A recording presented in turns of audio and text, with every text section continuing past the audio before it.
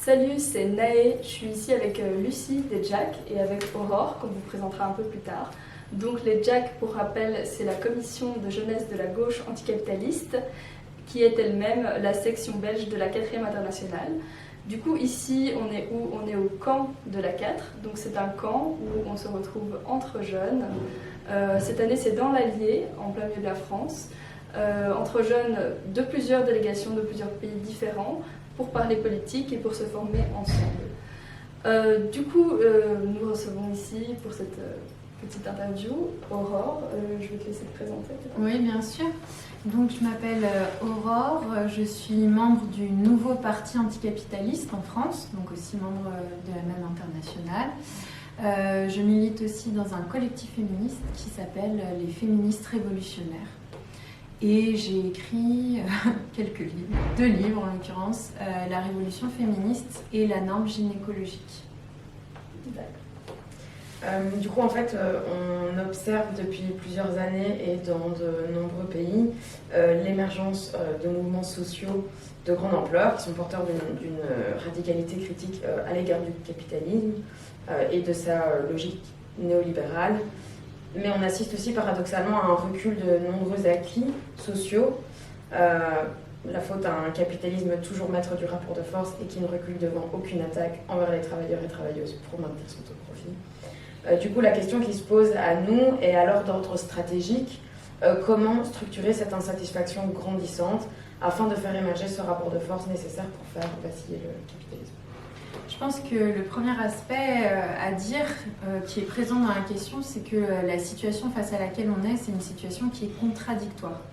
Je trouve qu'aujourd'hui, souvent dans la gauche, l'extrême gauche, on a tendance à soit la repeindre totalement en rouge en disant la révolution est pour demain, soit de l'autre côté, ce qui est aussi un problème, être hyper pessimiste et montrer uniquement les attaques qui sont effectivement très fortes du néolibéralisme.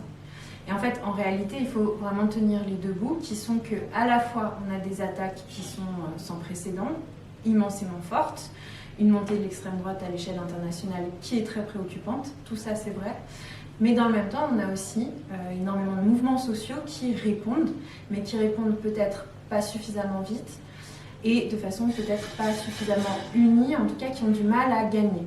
Nous, en France, on sort d'un incroyable mouvement social qui va, à mon avis, avoir des effets sur vraiment le long cours.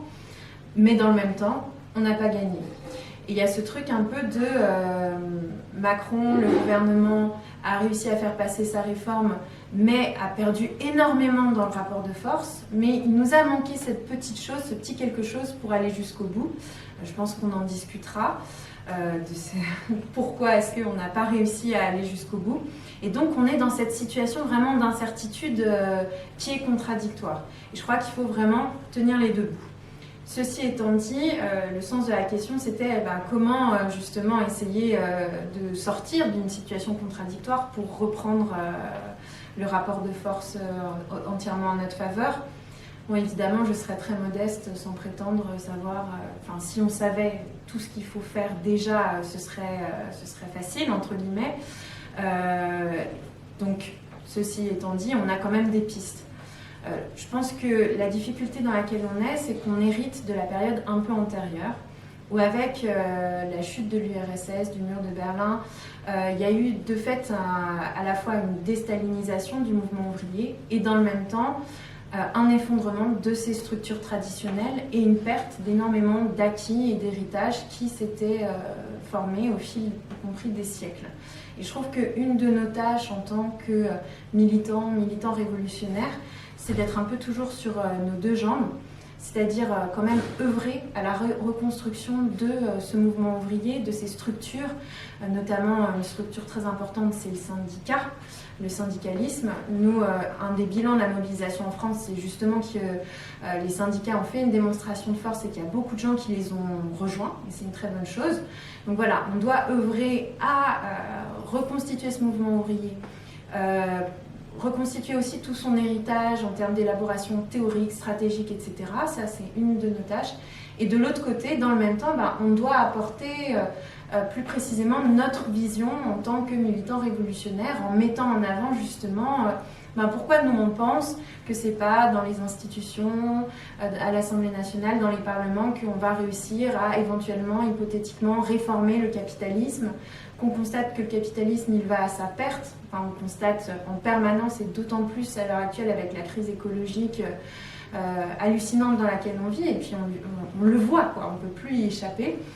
Et du coup, quelque part, c'est à nous de dire, de poser les choses que la seule solution à l'heure actuelle, y compris pour la survie de l'humanité, c'est un changement de mode de production, c'est une révolution.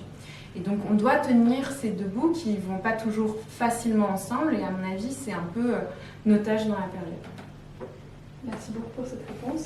On voit l'importance des syndicats aussi avec les mouvements sociaux. Je fais juste une petite parenthèse là-dessus, qui ont lieu. Par exemple, en Belgique, on traverse pour le moment un grand mouvement social. On est traversé par un mouvement social qui est le mouvement des Deleuze. Donc en gros, c'est les travailleurs et les travailleuses, surtout des travailleuses parce que ce sont majoritairement des employés féminines qui s'opposent à la franchisation d'un supermarché, d'une chaîne de supermarchés du coup, qui s'appelle Deleuze. Et on voit l'importance du rôle des syndicats quand on s'investit dans cette lutte, quoi. Même si le syndicalisme en Belgique est différent. Je pense que ça rejoint un peu ton propos. C'est super intéressant, en tout cas, merci. Du coup, moi, pour la deuxième question que j'avais à te poser, c'est, du coup, malgré une évolution plutôt positive, la convergence entre les luttes féministes et anticapitalistes est encore balbutiante, et certains collectifs féministes se détournent encore des questions liées au travail et à l'exploitation. Tandis que certains groupes de gauche renvoient encore le féminisme à une question sociétale, hiérarchiquement subordonnée aux luttes du monde du travail. Dans la révolution féministe, tu montres comment le paradigme du travail reproductif permet aujourd'hui de proposer une analyse de l'oppression des femmes qui n'élude pas son lien avec l'exploitation capitaliste. Comment la notion de travail reproductif permet selon toi de sortir des deux écueils qu'on vient d'évoquer ?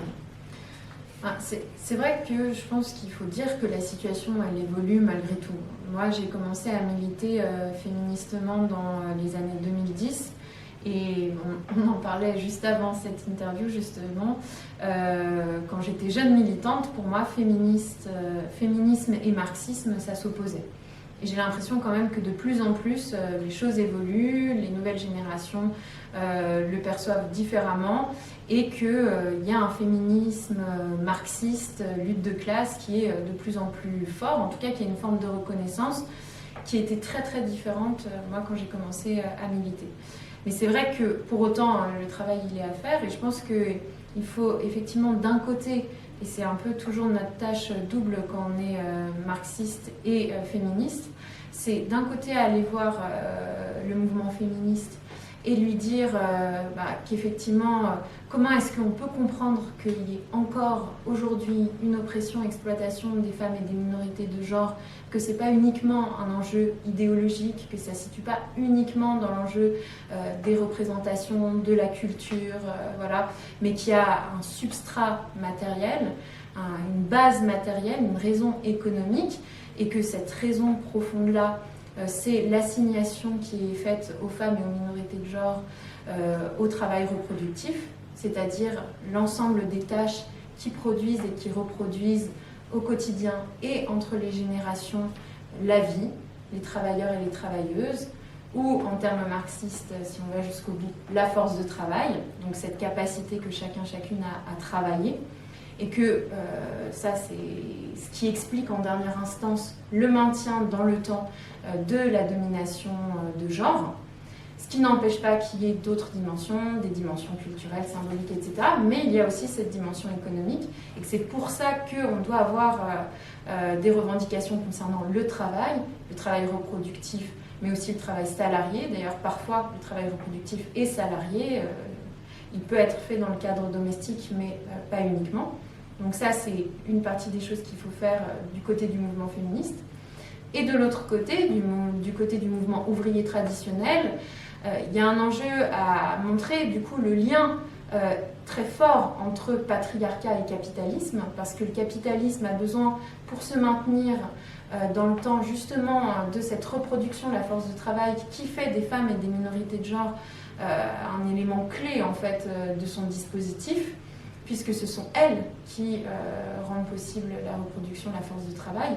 Donc bien montrer ce lien hyper fort qu'il y a entre patriarcat et capitalisme, et dans le même temps dire, Oui, donc il faut faire converger les luttes, mais en même temps, on a vu que dans l'histoire, le mouvement ouvrier n'avait pas toujours été en capacité jusqu'au bout de porter les questions féministes, et du coup, il faut aussi accepter qu'il y ait un mouvement féministe autonome qui converge avec le mouvement ouvrier, qui converge avec les mobilisations sociales, mais qui existe en tant que tel, et qui est en fait une sorte de garantie que les questions féministes ne tomberont pas à la trappe. Est-ce que je peux rebondir là-dessus 5 minutes? Oui. En fait, tu t'es présenté, tu as dit que tu faisais partie du NPA, mais tu n'as pas parlé de ton collectif Révolution féministe. Et je pense que ça prolonge un peu la question. Est-ce que tu peux un petit peu développer là-dessus? Justement, en faisant un peu ce double constat, on a un certain nombre de féministes à avoir voulu créer finalement un collectif féministe spécifique, les féministes révolutionnaires, qui se définit comme féministe marxiste, mais qui s'organise du coup dans un collectif qui est autonome d'autres structures, en particulier des partis, des syndicats, etc., avec cette idée que à partir du collectif, on va intervenir dans le mouvement féministe pour défendre la convergence des luttes, et dans le même temps, ce collectif féministe nous donne la force aussi d'aller dans le mouvement social et de porter les revendications féministes dans ce cadre-là. Donc c'est un peu une structure qui nous permet de faire la jonction et d'avoir cette double intervention qui, voilà, sans cet espace propre, serait beaucoup plus difficile.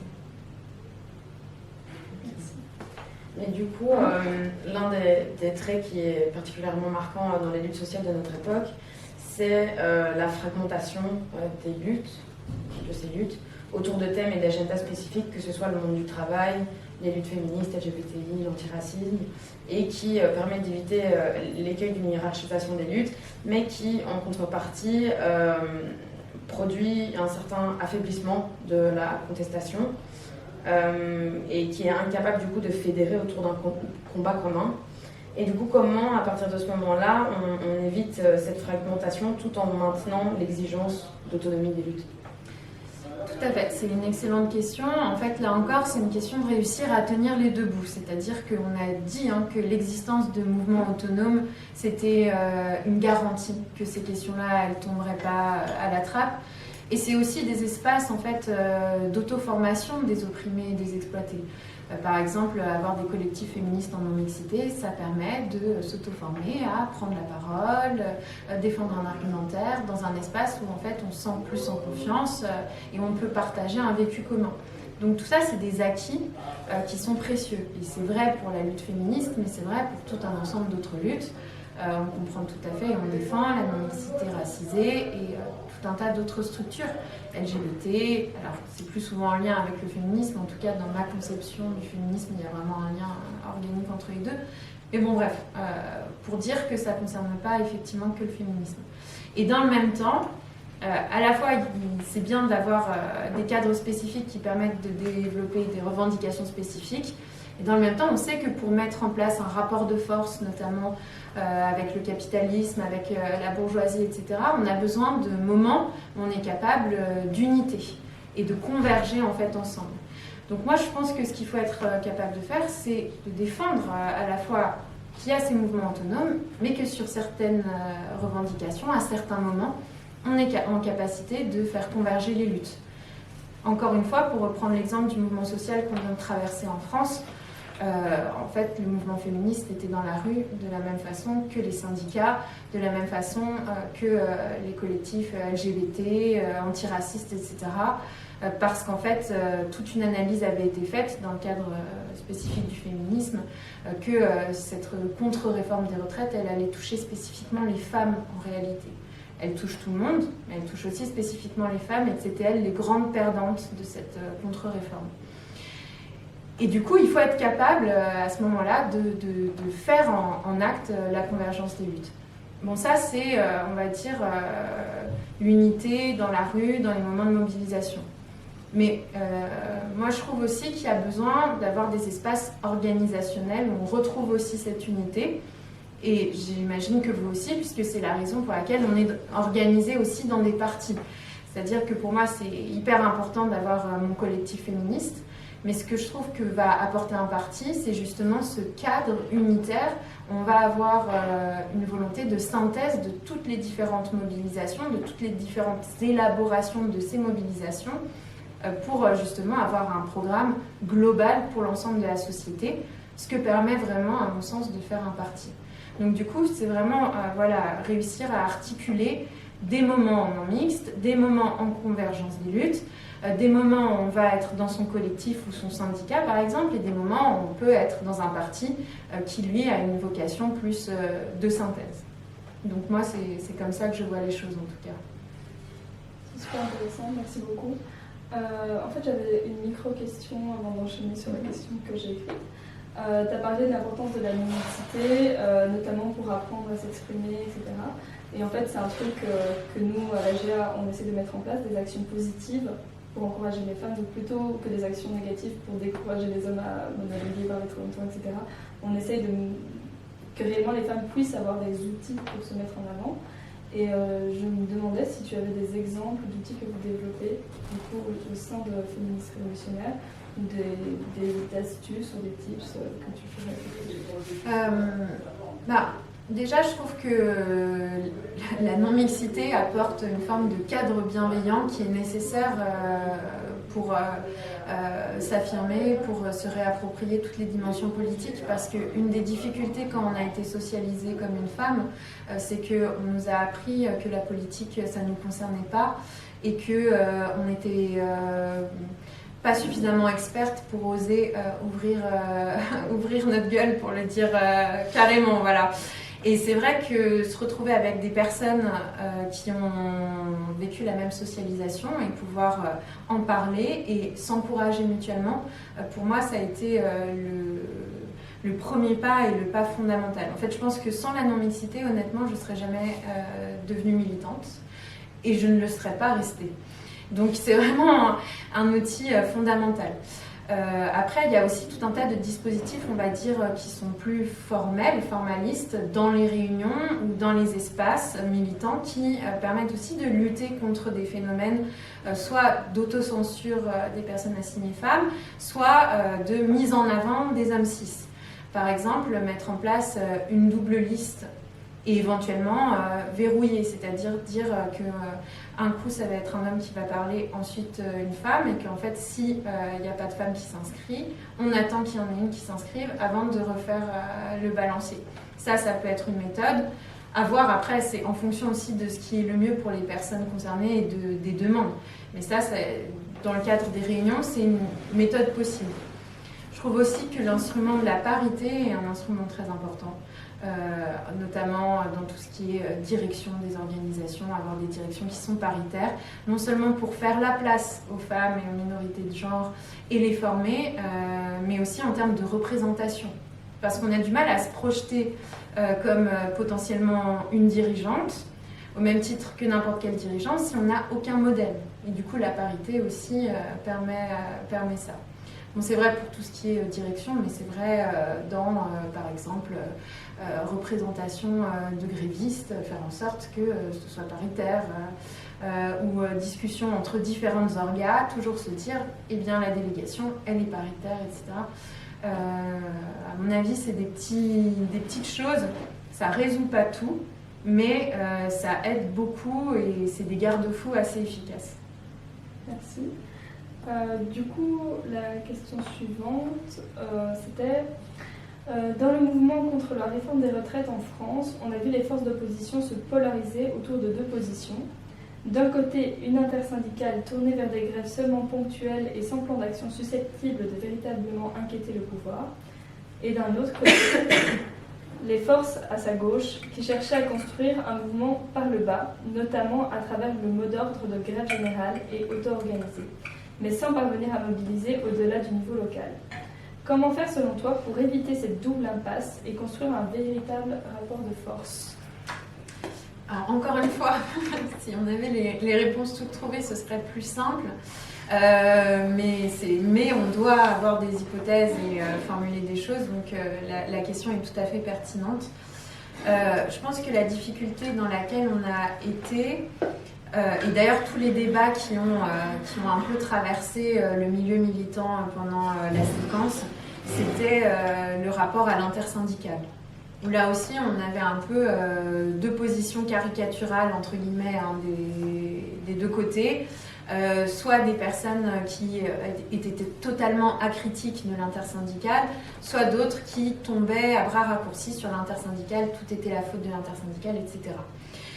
Et à mon avis, les deux positions sont trop fortes. Et la bonne position, c'est de dire que l'unité syndicale, donc cette intersyndicale, ça a été une force très importante du mouvement, qui a permis en fait l'unité de notre classe, de notre camp, qui du coup s'est mobilisé très fortement. On parle de millions de personnes mobilisées. Et ça, évidemment, que ça a été rendu possible par cette unité de l'intersyndicale. Après, la question qui a pu se poser à certains moments, c'est que cette unité, elle n'est pas venue sans aucun coût. Et une des difficultés très fortes dans laquelle on a été mise, c'est que du coup, l'intersyndicale était de fait dans un rôle de direction du mouvement, ce qui rendait d'autant plus difficile de développer l'auto-organisation. Moi, je suis prof à la fac et je le vivais. En fait, on faisait des AG. Bon, déjà, il y avait la difficulté, et tout le monde a eu cette difficulté, de faire venir les gens en assemblée générale et de leur faire comprendre aussi pourquoi est-ce que c'était important de gérer nous-mêmes notre propre mouvement, parce que de fait, le Covid est passé par là, beaucoup de réflexes militants ont été perdus, et puis il y a aussi le poids des défaites, enfin tout un tas de raisons qui l'expliquent. Mais une des difficultés aussi un peu concrètes dans lesquelles on était, c'était au moment des AG de se dire on va être force de proposition, on va prendre des initiatives parce que quelque part tout le monde était suspendu au calendrier de l'intersyndicale et aux décisions qu'elle prenait. En gros, on avait nos dates de mobilisation, on manifestait et le soir l'intersyndicale du coup délivrait son communiqué avec la prochaine date de mobilisation. Donc forcément, tout était un peu suspendu à ce communiqué et à la prise de décision de l'intersyndicale. Donc en fait, ce qui a fait la force du mouvement au début, ce qui a vraiment permis de mettre dans la rue des millions de personnes, a fini en quelque sorte par venir paradoxalement renforcer le défaut d'auto-organisation. Et on était dans une situation assez bloquée. Plus le fait que, même si l'intersyndicale a commencé un peu timidement à appeler vraiment à la grève générale, pour le 7 mars notamment, avec cette idée qu'il fallait tout bloquer. Le terme de grève générale n'a pas été utilisé, mais tout bloquer, c'est ça que ça voulait dire. Donc ça a été quand même tenté. Par contre, la difficulté réelle dans laquelle on a été, c'était d'appeler à la reconductible. Ça, l'intersyndicale ne l'a jamais fait, c'est-à-dire enchaîner plusieurs jours. Si bien qu'on est arrivé à un moment du mouvement qui était vraiment un moment tournant, c'était mars en fait. Le moment où à la fois on avait eu les millions de gens dans la rue par les manifestations, on avait eu l'usage du 49.3, donc le fait de passer en force, et en fait un sursaut démocratique de la part de la majorité des gens qui faisait que c'était vraiment le moment ou jamais de tout donner, de passer un nouveau cap en termes de rapport de force et du coup d'appeler à la grève générale reconductible. Et en fait, l'intersyndicale n'a pas passé ce cap. Du coup, la question qui aurait dû se poser à ce moment-là, c'était éventuellement pour certains syndicats plus combatifs, éventuellement y appeler seul, quitte à briser l'unité syndicale, parce que là, on jouait la survie du mouvement. Et puis la question pour nous, révolutionnaires, c'était aussi d'interpeller potentiellement à ce moment-là l'intersyndicale en disant c'est le moment d'appeler à plusieurs jours consécutifs, c'est maintenant ou jamais, en reprenant tout l'argumentaire. Donc voilà un peu, à mon avis, ce qui aurait pu changer le caractère de cette mobilisation. Après, c'est jamais, on va dire, l'intersyndicale seule qui détient toutes les cartes en main. Mais de fait, elle était en position de direction du mouvement et c'est ce qui fait aussi que ça a cristallisé toutes les réflexions au sein de l'extrême gauche. Et ce qui ne change rien au fait que, par ailleurs, on a eu des vraies difficultés, notamment d'auto-organisation, indépendamment de tout cela. On constatait que peu de gens allaient en AG, qu'on n'a pas réussi à faire des coordinations des AG par secteur, qu'on n'a pas réussi à faire des coordinations entre les différents secteurs. Bon, tout ça, c'était une des faiblesses du mouvement. Et de la même façon, autre faiblesse, on avait énormément de gens en manifestation, mais le taux de grève ne suivait pas autant. Et ça, c'est sûr que ça a pesé dans le mouvement. Voilà. Donc ça nous montre un peu nos tâches, et ça revient à ce que je disais à la toute première question que vous m'avez posée. En fait, on a vraiment un enjeu au sein du mouvement social en général de redire pourquoi est-ce que l'auto-organisation c'est si important, pourquoi c'est important que ce soit nous qui décidions de notre mobilisation, de comment est-ce qu'on veut la mener, pourquoi est-ce que la grève c'est notre arme principale, parce qu'en fait elle attaque directement les capitalistes là où ça leur fait le plus mal, et que du coup c'est ça qui va les faire reculer en dernière instance, et que même si les manifestations c'est très important dans le rapport de force, la grève permet de passer un cap.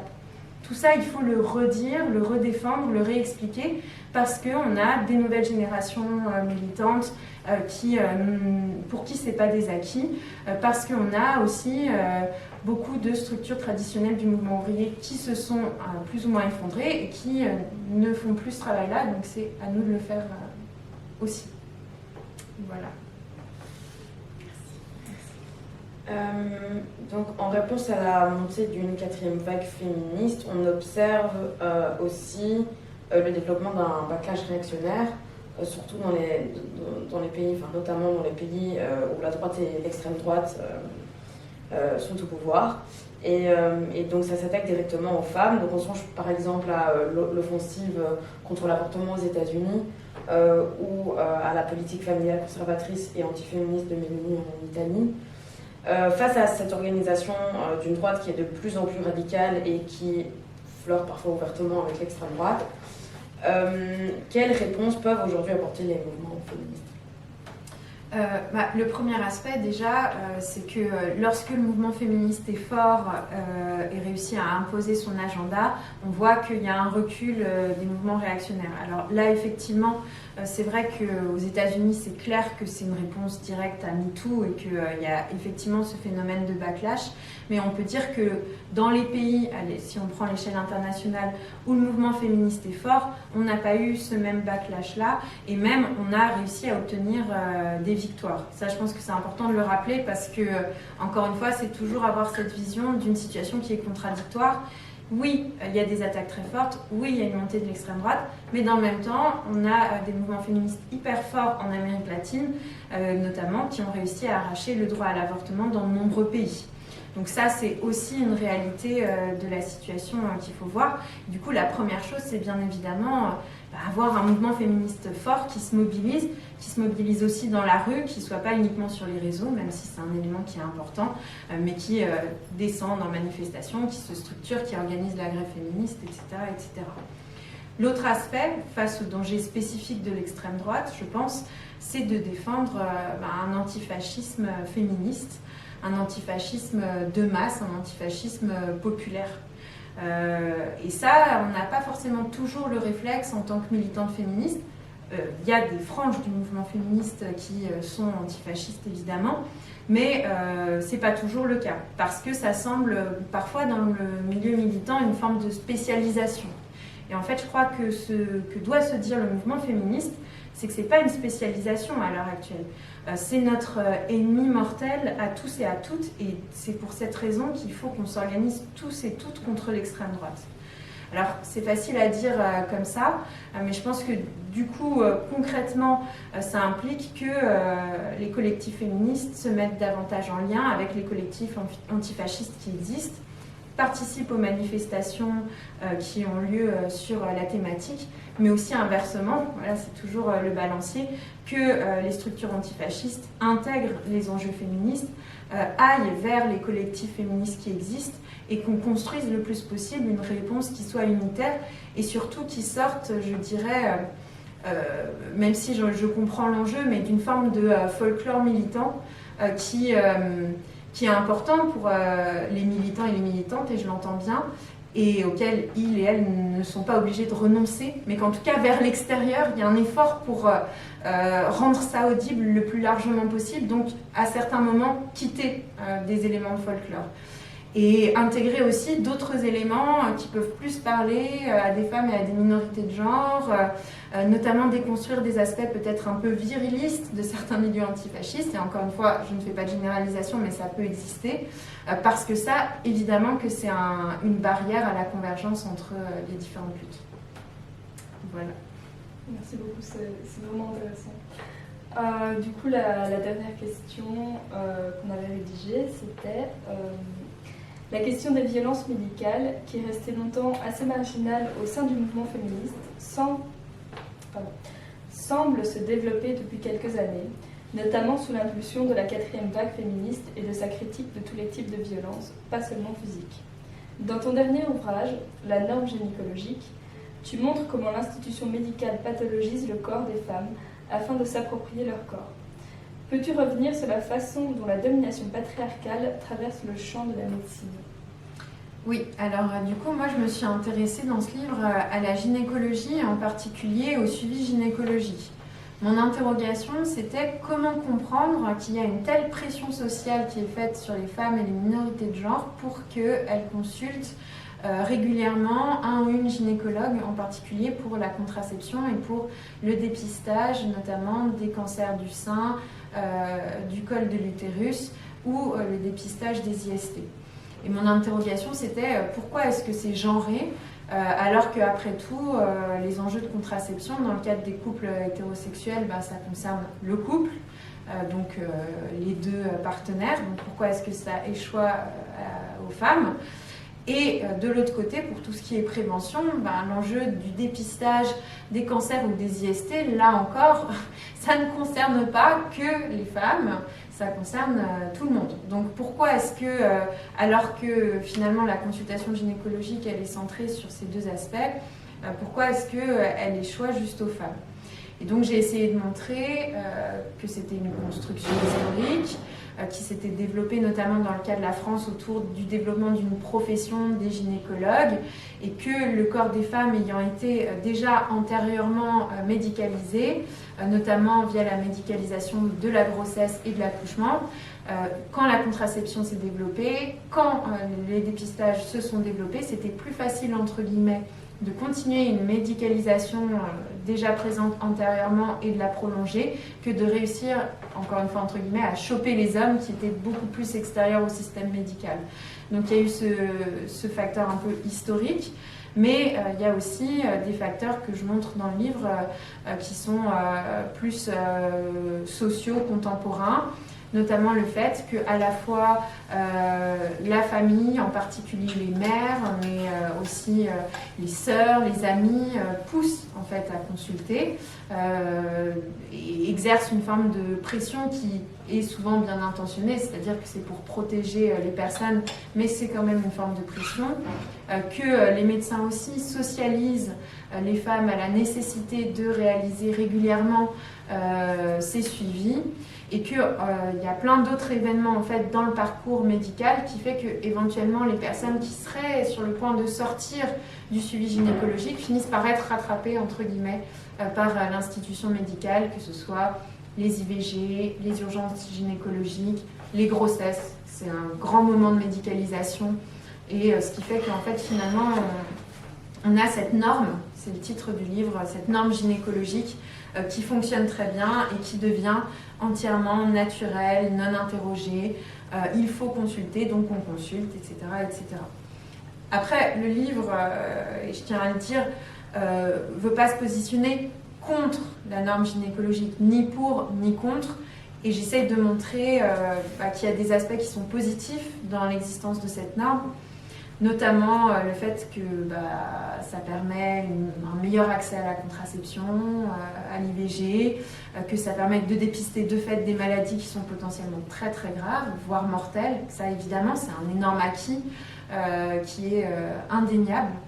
Mais ce que je voulais surtout, c'était interroger cette norme qui était peu interrogée, pour dire mais est-ce qu'à un moment, il ne faudrait pas qu'il y ait une meilleure répartition justement de ce qu'on a appelé la charge mentale concernant la contraception, et y compris pour le bien-être des hommes d'ailleurs. Est-ce que ça ne vaudrait pas le coup de faire un dépistage qui ne soit pas forcément genré, mais qui soit plus large ? Donc c'était plus ces éléments-là que je souhaitais interroger avec le livre, plus l'enjeu de vraiment essayer de dénaturaliser cette idée que le corps des femmes et des minorités de genre est forcément un corps potentiellement pathologique qu'il faudrait vraiment davantage suivre et contrôler. Ça, je voulais montrer que c'était vraiment une construction sociale et qu'il n'y avait pas de raison en soi. Voilà, c'était un peu aussi un but subsidiaire du livre. Lucie, je te laisse faire la conclusion puisque j'ai fait l'info. Merci beaucoup pour toutes tes réponses, merci pour ta présence ici. Et puis voilà, merci d'avoir écouté cette interview et d'avoir regardé cette interview.